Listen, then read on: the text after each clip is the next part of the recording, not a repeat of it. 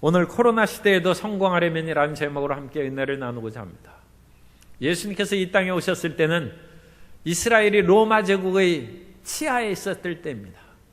그래서 로마 제국이 비록 전쟁 위에서 모든 지중해 세계를 평화의 세계로 이끌은 팍스 로마나의 세계가 되었습니다만 그 속국민의 생활은 그렇게 넉넉하지 않았습니다.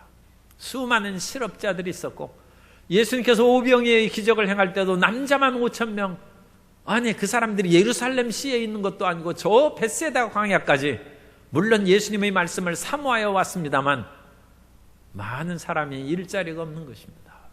오늘 예수님께서 바닷가에 앉으셨을 때도 많은 사람들이 모여왔습니다. 이 바다는 갈릴리 바다를 말하는 것입니다. 그때 예수님께서는 그 자리에서 하나님의 말씀을 증거함으로 말미암아 어떠한 형편에도 너희에게 삶의 기회가 있고 성공할 수 있다는 것을 가르쳐 주셨습니다. 오늘 그 말씀을 통하여 우리도 코로나19 시대, 또 어떤 시대에도 성공할 수 있는 하나님의 자녀가 될 수 있기를 바람하지 않습니다. 첫째로, 우리가 성공하려면 역경 속에서도 새로운 관심을 가져야 됩니다. 예수님께서는 흔들리는 배 위에 앉으셔서 말씀을 증거했습니다. 세상은 흔들리는 것입니다. 그러나 흔들리지 않고 영원한 것은 하나님의 말씀입니다. 예수님께서는 흔들리는 세상 속에서 낙심하지 말고 견고하고 영원 불변한 하나님의 말씀을 붙잡으라고 말씀을 선포하셨습니다. 주님께서 입을 열사 씨 뿌리는 자가 나가서 뿌릴새 덜어는 길가에 떨어졌다고 했습니다. 길가에 떨어진 씨앗은 새들이 주워 먹어버립니다. 그리고 사람들이 지나가면서 발로 밟기 때문에 그 씨앗이 싹트기란 심히 어려운 것입니다. 그러나 길가에 떨어진 씨앗에도 기회는 있습니다. 우리 옛말에도 개천에서 용난다는 말이 있지 않습니까? 그리고 가끔 산 위에서 바위 틈에 솟아난 소나무를 보는데 그것은 솔씨가 바위에 떨어졌어요. 바위에 떨어져서 어찌 살아날 수 있습니까? 그런데 그 씨앗이 또 몇 년, 몇십 년을 아마 씨앗이 떨어졌을 것입니다. 그리고 거기에서 씨앗이 뿌리를 내려서 바위를 뚫고 큰 소나무가 된 것입니다. 미국 서부에는 브리슬콘 소나무가 있는데 이 브리슬콘 소나무가 자라나는 그 서부 산악지대는 2,000m에서 3,500m 정도 되는 고산악지대입니다. 따뜻할 때 평균 기온이 2도고 추울 때는 영하 30도, 35도까지 내려가는 그 아주 혹독한 지역입니다.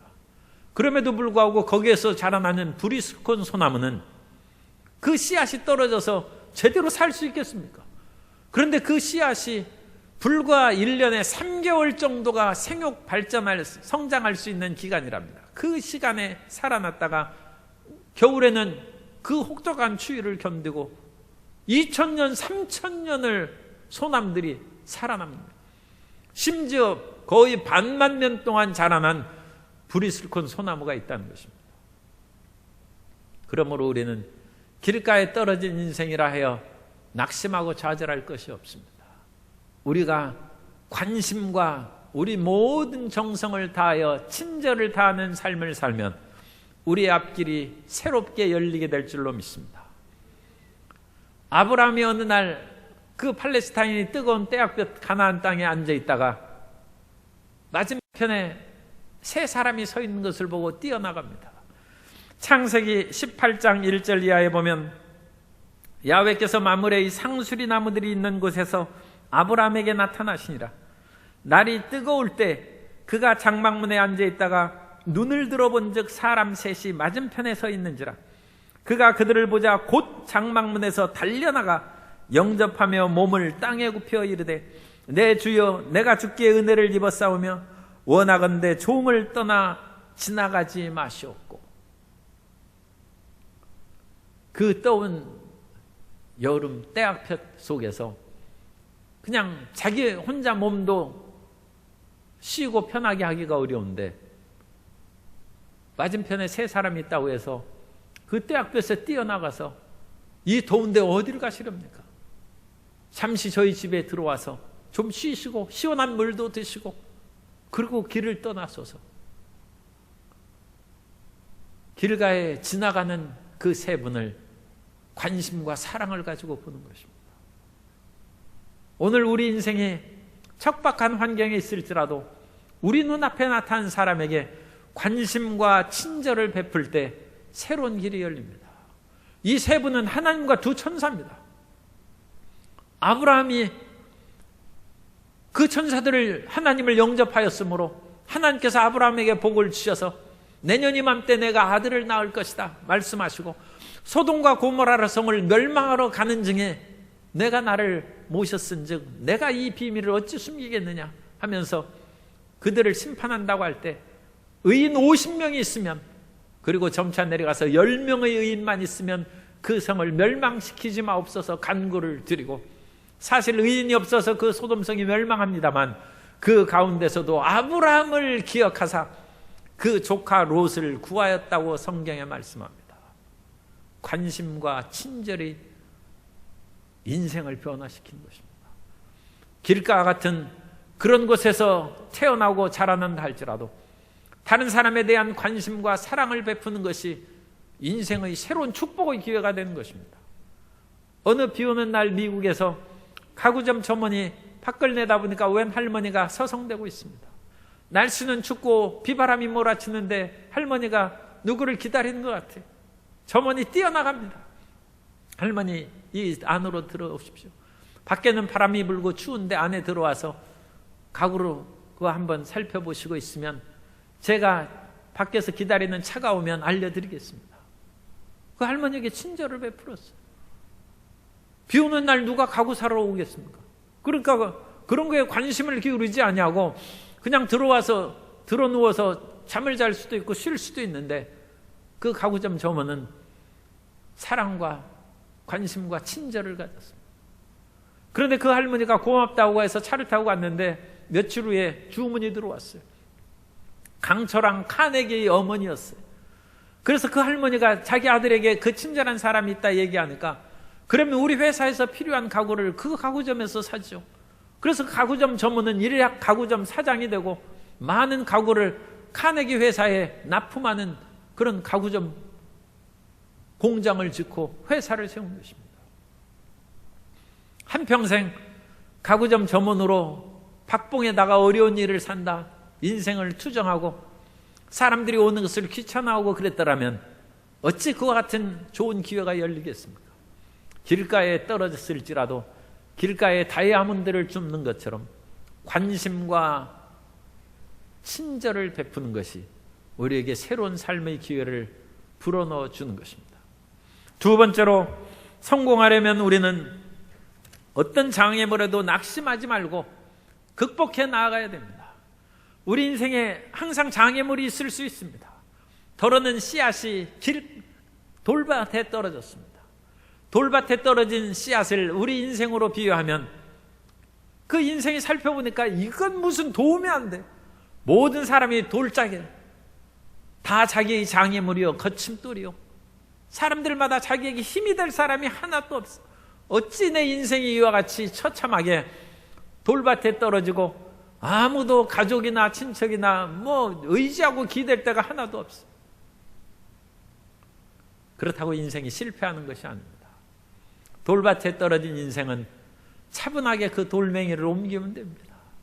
1년이 가고 10년이 되고, 엊그제 신문 잠깐 보니까 17년 동안 무너진 제 방을 혼자의 힘으로 돌을 쌓은 사람이 기사가 이렇게 나왔는데, 그걸 한번 제가 자세히 읽어봐야 되겠어요.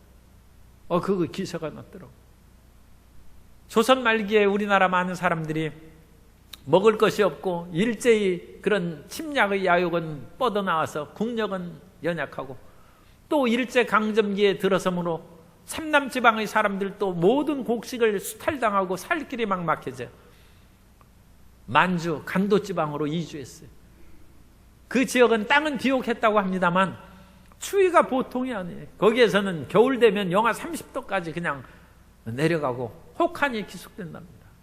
그러나 그런 처절한 삶의 여건 속에서도 이 나라의 그 조선인들이 어찌나 열심히 근검하게 일해서 돌짝밭에서 돌을 옮기듯이 일을 했는지 사람들이 잘 살고 넉넉하게 되었어요. 그리고 그 사람들은 거기에서 일하면서도 학전을 만들었다고요. 그래서 그 밭에서 나오는 모든 곡물들의 수확은 공부를 시키는 데 썼어요. 그래가지고 물론 그 학전의 도움을 받았는지 그것은 제가 모릅니다만 이 만주 간도지방에 살던 인재들이 많습니다. 시인 윤동주가 있고 문익환 선생이 있고 또 김재준 박사와 강원용 목사님 같은 그런 많은 훌륭한 크리스찬들이 많이 나타나고 인재들이 많이 출연했습니다. 아무리 돌밭이라 할지라도 우리는 끈질긴 성실함과 인내를 가지고 밭을 일구는 마음으로 전진해 나가면 하나님께서 기회를 주시는 것입니다. 그리하여 옥토에서 태어나지 않는 그 모든 것을 오히려 더 극복하고 갑절로 축복을 받을 수 있는 은혜를 주신 줄 믿습니다. 하나님께서 아브람과 이삭과 야곱에게 복을 주셨는데 야곱은 참으로 하나님의 축복뿐만 아니라 열심히 일하는 성실한 사람입니다. 그 사람이 한때는 아버지도 속이고 형도 속이는 그와 같은 잘못된 생활을 했습니다만 사람이 그런 식으로 살아서 절대 성공 못합니다. 야곱은 그런 사람이 아닙니다. 그런 마음을 바꿨어요. 야곱은 성실과 인내로 살아서 성공한 사람이 된 것을 창세기 31장 38절 이하에서 말씀합니다. 내가 이 20년을 외삼촌과 함께 하였거니와 외삼촌의 얌양들이나 암염소들이 낙태하지 아니하였고 또 외삼촌의 양떼의 순양을 내가 먹지 아니하였으며 물려 찢긴 것은 내가 외삼촌에게로 가져가지 아니하고 낮에 도둑을 맞았든지 밤에 도둑을 맞았든지 외삼촌이 그것을 내 손에서 찾았으므로 내가 스스로 그것을 보충하였으며 내가 이와 같이 낮에는 더위와 밤에는 추위를 무릅쓰고 눈 붙일 겨를도 없이 지냈나이다. 야곱이 거부가 된 것은 눈 붙일 겨를도 없이 열심히 일했기 때문입니다. 야곱도 웬만큼 머리가 잘 돌아가는 사람이었는데 외삼촌은 한술 더 떠서 아니 자기 딸을 속여서 시집 보낸 사람 앞에 이 야곱이 두 손 드는 거예요. 그래서 짐승이 와서 양떼가 찢긴 것을 그걸 사람이 어찌 다 감독하겠습니까? 그런데 외삼촌이 모질게 조카에게서 그것을 물어내라고 끝까지 그것을 지키고 물어내고 낮에 더위와 밤에 추위를 무릅쓰고 눈 붙일 겨를도 없이 살아서 야곱이 성공자가 된 것입니다. 우리가 인종초로 우리가 잘 알고 있는 고 김대중 전 대통령도 모진 고생과 어려움을 다 겪었습니다. 그러나 그런 어려움과 고생 가운데 돌짝밭에 돌을 옮기듯이 끈질기게 전진해서 결국 대통령이 됐지 않습니까? 그 김대중 전 대통령이 한 말씀이 사람에게 성공하려면 서생적인 문제의식과 상인적인 현실 감각이 있어야 된다고 그랬어요. 사람이 글을 읽은 사람들처럼 무엇이 잘못됐는지 서생적인 문제의식을 가져야 되고 그렇다고 해서 그냥 공자월 맹자월 책만 읽어서 되는 것이 아니라 현실 감각이 있어야 되는데 현실 감각 중에서 예리하게 사태를 파악한 사람은 사업하는 사람입니다.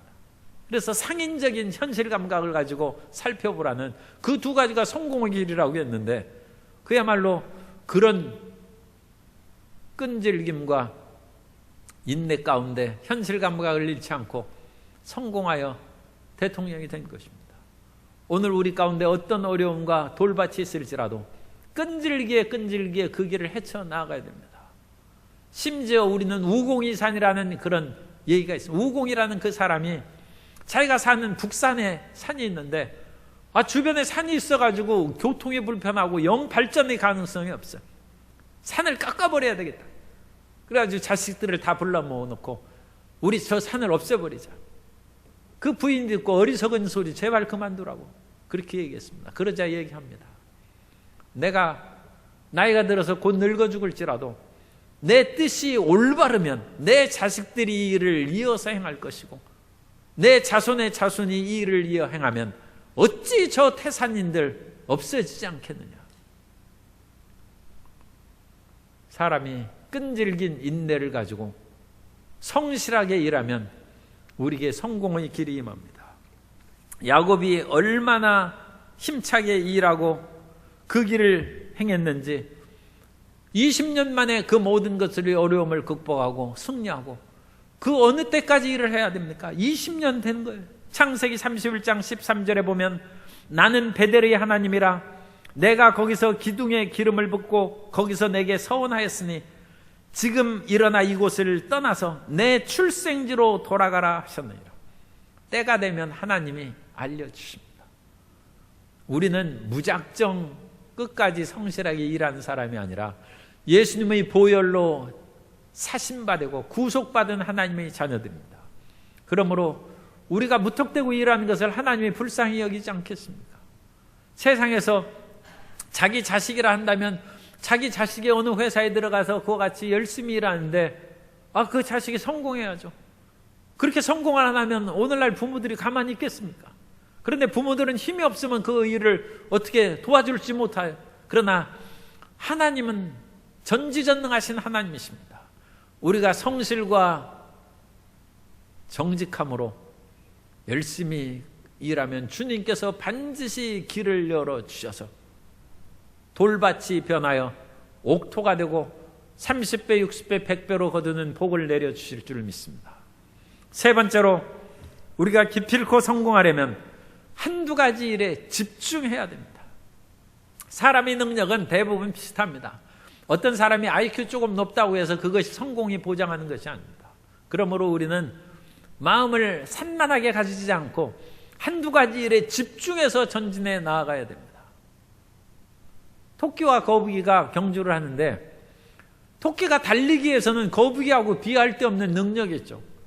그런데 우리가 아는 것처럼 그 경주에서 토끼가 이겼습니까? 거북이가 이겼습니까? 토끼가 지고 거북이가 이기지 않습니까? 왜냐하면 토끼는 집중력이 없어요. 그냥 산만하게 막 뛰어가다가 뒤를 보니까 거북이가 엉금엉금 오는데 까마득해서 보이지도 않아요.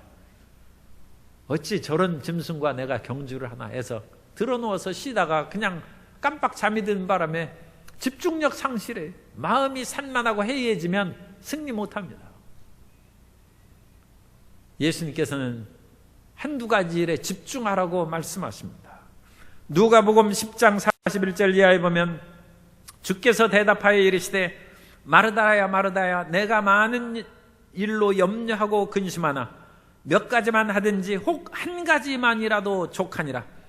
마리아는 이 좋은 편을 택하였으니 빼앗기지 아니하리라 하시니라. 마르다가 어찌나 예수님 오셨다고 열심히 음식을 준비하고 많은 일을 하는지 좋은 일이죠. 이 봉사 열심히 해야 됩니다. 그런데 이 봉사하다 시험에 드는 사람이 있어요. 마르다가 그런 사람이에요. 마르다가 막 봉사하다가 보니까 동생 마리아는 일을 안 하네. 마음이 불쾌해졌어요. 나중에는 예수님을 기쁘게 하려고 봉사하고 음식 준비하던 마르다가 예수님께 화는 예수님 어찌하여 동생이 일도 안 하고 있는데 그냥 놔두십니까? 나를 도와주사 그렇게 명하라고 마르다가 예수님께까지 얘기합니다. 봉사하면서 하나님을 원망하고 탄식하는 것은 지금 자세가 잘못된 것이죠. 예수님께서 측은히 여기셔서 마르다야 제발 그런 말 하지 말고 너 할 일이나 열심히 하고 마리아는 지금 내 말씀을 듣는 것에 몰두하고 있으니 이 좋은 것을 결코 빼앗기지 않을 것이다. 한 가지에 몰두해. 그래서 어떤 일에 몰두하고 하면 우리가 그 길에서 두각을 나타내고 반드시 성공하게 됩니다. 요즘에 트로트 열풍이 불어가지고 그 트로트 노래 잘하는 막 그 사람들이 많이 생겼어요. 제가 그 텔레비전을 잘 안 봐가지고 그 노래는 어떻게 잘 못 들었습니다만 그러는 중에 또 소식을 들으니까 나훈아 씨가 비대면 그 노래를 그렇게 하고 그러는데 엄청난 또 그 시청률을 올렸다는 것이 뉴스에 나왔더라고요. 그래서 이게 무슨 일인가 해서 제가 신문을 자세히 좀 봤어요.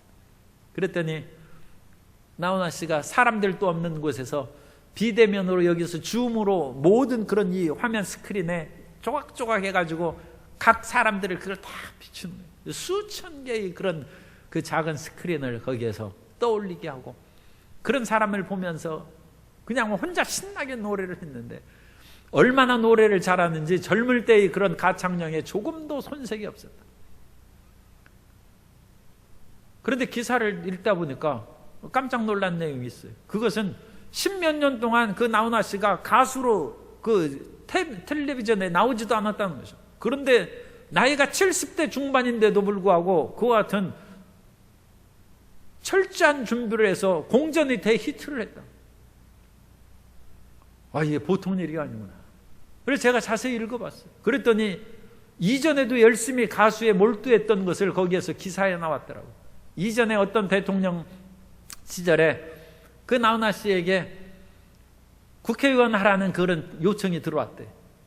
거기에서 오케이만 하면 이제 비례대표로 금방 대통령 되기는, 아니 국회의원 되기는 그 어렵지 않은 거예요.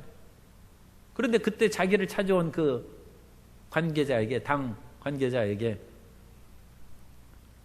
제가 울긴 외우를 노래를 했는데, 울긴 외우를 세계에서 제일 잘하는 사람이 누구겠습니까? 마이클 잭슨입니까? 접니까? 그 사람이 아, 그거야 나 선생이 잘하겠죠. 바로 그겁니다. 제가 이 나라 국민으로 태어나서 이 나라와 백성들에게 기쁨을 주는 것은 울긴 외우로 노래 부르는 것이지, 제가 국회의원에서 뭐 하겠습니까? 그것이 내 갈 길입니다. 그걸 거절했다는, 그걸 보고 깜짝 놀랐어요. 우리가 대중가요 부르고 그런 것은 그야말로 대중의 인기에 영합해서 순식간에 흘러가는 것으로 생각했는데, 아, 이 올곧은 마음이 있더라고요.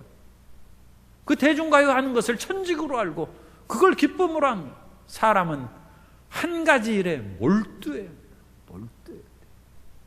그러니까 70대 중반에 가수에서 인기 끄는 사람들이 사실 그거 쉽습니까? 요즘에 노래 잘하고 활동하는 연예인들이 그야말로 자고 나면 무수하게 일어나는 그런 시대인데, 몇십 년 전에 그런 인기 가수가, 몇십 년 전에 50년도 넘은 인기 가수가 살아남겠습니까? 그런데 한 가지를 몰두하면 그 길로 성공할 수 있는 것입니다. 하나님께서는 아무리 우리가 가시떨기에 부러졌다 할지라도 세상의 염려와 재리의 유혹과 다른 허탄한 마음으로 산만해지지 말라는 거예요. 가시떨기에 떨어진 것은 마음이 산만해. 가시떨기는 상당히 그래도 길가나 돌밭보다는 비옥한 땅이랍니다. 그러니까 거기에서는 얼마든지 씨앗이 뿌려져서 자라날 수 있는데 왜 못 자랍니까? 쓸데없는 것으로 마음을 빼앗겼기 때문에, 마음이 산만했기 때문에 가시가 그 기운을 막아서 결실하지 못한다는 거죠. 우리가 지금에라도 한 가지 하나님께서 우리에게 주신 달란트를 붙잡고 전진해 나가면 사람의 힘도 어느 정도 한계가 있고, 천하장사도 때가 되면 치지 않습니까? 힘도 한계가 있고 지혜도 한계가 있고 자기의 모든 계획, 그런 것도 분량이 있습니다. 그런 분량을 다른 데다 써버리면 정말로 해야 될 것을 제대로 못합니다. 그래서 그 한 가지에 몰두해서 나아가면 주님께서 그 길을 열어주셔서 우리에게 성공의 역사가 나타나게 될 줄로 믿습니다. 창세기 31장 41절에 보면, 내가 외삼촌의 집에 있는 이 20년 동안 외삼촌의 두 딸을 위하여 14년, 외삼촌의 양떼를 위하여 6년을 외삼촌에게 봉사하였거니와 외삼촌께서 내 품삯을 10번이나 바꾸셨으며. 야곱이 처음에 라헬을 사랑했기 때문에 7년 동안 자기가 머슴살이 한다고 했어요. 그런데 속았어요. 보니까 그걸 어찌나 그 기가 막히게 첫날 밤에 아마 불도 못 켜게 하고 아마 그랬겠죠. 그래가지고 뭐 속아 넘어갔어요. 보니까 라헬이 안 해. 그자 외삼촌이 이럴 수가 있습니까? 쫓아나가니까, 아, 외삼촌이 태어나게 큰 딸을 먼저 시집 보내는 것이 우리 가문의 전통이니라. 그래가지고 미안하다는 얘기도 없어요. 그러면서 동생은 어찌 하겠습니까? 동생을 너한테 다시 주노니 7년을 또 봉사하라. 사랑이고 뭐고 나 집에 가겠습니다. 그런데 야곱은 한 가지에 몰두한, 그래 14년을 보내고 집에 간다고 했어요. 이제 그러자 외삼촌이 그러지 말고 이제부터는 월급 줄 테니까 월급 받고 일해라고 했습니다. 그런데 그 6년 동안 월급을 10번이나 바꿨어요. 자고 나면 월급 바꾸고 몇 달 지나면 월급 바꾸고 6년 동안 10번을 품삯을 변경했다. 그 어찌 같이 일하겠습니까? 외삼촌도 그 말이 외삼촌이지 이것은 있을 수 없는 사람이다 해서 떠났을 텐데 끝까지 야곱이 몰두해서 한 가지 일에 몰두하여 결국은 자식도 아들 12명 낳고 큰 부자가 됐으면 성공했죠. 끝까지 몰두하여 전진하는 성도 여러분이 되시기를 바랍니다. 끝으로 열매를 함께 누리는 삶이 가장 큰 성공임을 우리가 알아야 됩니다. 야곱이 성공했죠. 그런데 그 성공한 것으로 그냥 끝나면 안 됩니다. 그 성공을 누려야죠. 우리가 성공했으면 스크루지 영감처럼 돈이 있고 많은 돈이 생겼는데도 불구하고 겨울에도 난로를 안 펴요. 저녁 때도 눈도 이제 나이가 들면 침침해지는데 불도 안 켜. 하기야 뭐 불을 켜면 눈이 더 어지럽다고 그러니까 그렇습니다만 이 스크루지 영감처럼 살면 안 됩니다. 우리는 하나님께서 주신 복을 누리며 살아야 될 줄로 믿습니다. 전도서 3장 12절 이하에 보면 사람들이 사는 동안에 기뻐하며 선을 행하는 것보다 더 나은 것이 없는 줄을 내가 알았고 사람마다 먹고 마시는 것과 수고함으로 낙을 누리는 그것이 하나님의 선물인 줄도 또한 알았도다. 하나님의 선물이 우리가 가진 것을 먹고 마시고 낙을 누리는 것이 하나님이 주신 선물입니다.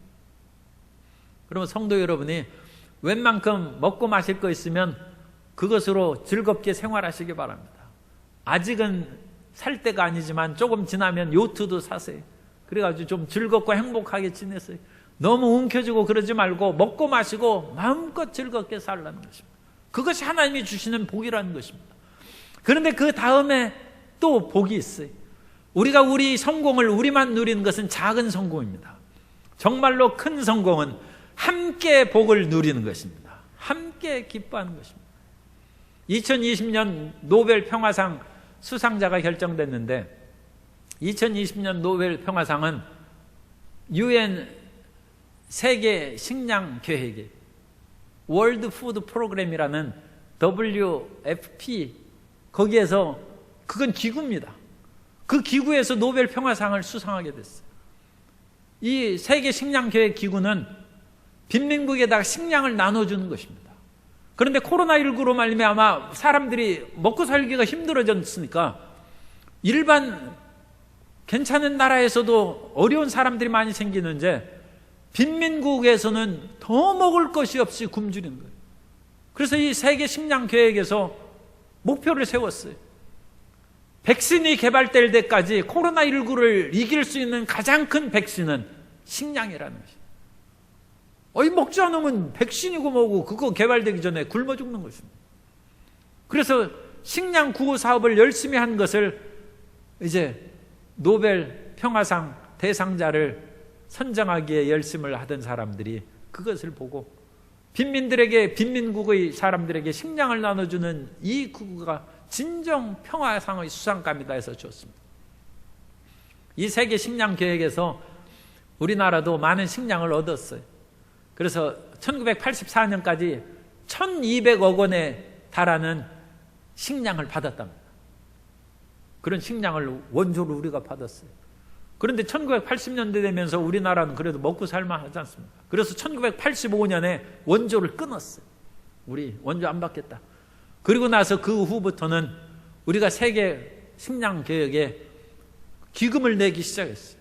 그래가지고 작년에는 무려 968억 원을 기금으로 가난한 나라에 원조하라고 기금을 줬어요. 이걸 보니까 마음에 기쁨과 자부심이 생기는 거예요. 작년에 거의 1000억에 가까운 돈을 세계 식량 구호기금으로 우리나라가 내준 것입니다. 그것이 이 나라가 발전한 큰 성공입니다. 우리나라가 발전하고 잘 산다고 해서 어떤 이웃 나라처럼 자기들이 잘 산다고 중용의 그런 것도 또 배상 그런 것도 하지 않냐고. 자기들이 돈 없으면 우리가 안 받죠. 돈 있는데도 왜 그것을 안 합니까? 그런 건 부끄러운 줄 알아야죠. 그건 큰 성공이 아닙니다. 평화의 성공이 아닙니다. 우리도 그런 길을 걸어서는 안 됩니다. 우리가 성공할 때 우리 자신만을 행복을 누리는 것이 아니라 함께 누리는 큰 성공으로 나아가야 될 줄로 믿습니다. 저는 어릴 때 사업가가 된다는 꿈을 꿔보지를 않았어요. 그런데 그런 꿈을 이제 가졌다 할지라도 재단을 건립할 생각은 아마 못했을 거예요. 그런 얘기는 들어본 적도 없어요. 그런데 오늘날 가난한 사람들을 돕는 세계 최대의 재단이 빌 앤 멜린다 게이츠 재단입니다. 그러니까 빌 게이츠가 세운 재단이죠. 자기가 세계적인 부자가 되자 그 많은 돈을 가지고 재단 기금으로 다 헌납을 해가지고 세계 가난한 사람들에게 양식을 나눠주는 구호재단을 세운 것입니다. 세계 억울한 일을 당한 사람들이 또 한두 명이 아니에요. 그런 사람들에게 변호사를 대주고 억울함을 풀어주려면 인권단체가 필요한데 그 조지 소로스가 세운 오픈 소사이어티 재단이 바로 그런 재단입니다. 그런 재단은 억눌리고 고통당한 사람들이 인권 문제를 해결해 주는 세계적인 재단입니다. 큰 사업가는 자기만 성공하는 것이 아니라 이런 인권과 배고파 굶주리는 사람과 함께 어울려 살아갈 수 있는 재단을 건립하는 것입니다. 그래서 지금 우리 앞길에 발등이 떨어져 가지고 지금 내 살기도 힘드는데 무슨 재단을 얘기하느냐 하는데 제가 청소년들 보고 일부러 들으라고 이 재단 얘기를 저는 꼭 해야 되겠다 생각을 했습니다. 청소년들이 꿈을 갖고 나만 성공할 것이 아니라 그런 빈민구호재단, 인권재단, 평화의 재단, 사람들이 서로 행복하게 살아갈 수 있는 그런 재단을 건립하는 나는 사업가가 되고 그런 국가의 지도자가 되어야 되겠다. 어릴 때부터 꿈을 가져요. 그 꿈을 가지면 하나님이 세우시는 것입니다. 그것이 큰 성공입니다. 하나님께서 30배, 60배, 100배로 나누어 주신 것은 우리의 먹고 사는 것에 넘치도록 복을 내려주신 것은 그 일을 하라고 도와주신 것입니다. 그런 위대한 재단들이 이 나라에 많이 생겨서 세계 많은 재단의 본부가 미국에 많이 있습니다. 그런 미국이 위대한 일을 많이 하는 것이죠. 그런데 이제는 21세기부터는 복음의 기치를 대한민국이 날릴 뿐만 아니라 그런 많은 구호재단도 본부를 한국에 둔 많은 재단이 생겨서 하나님을 영화롭게 하고 이 세상을 평화롭게 만드는 발전한 대한민국이 되기를 예수님 이름으로 축원합니다.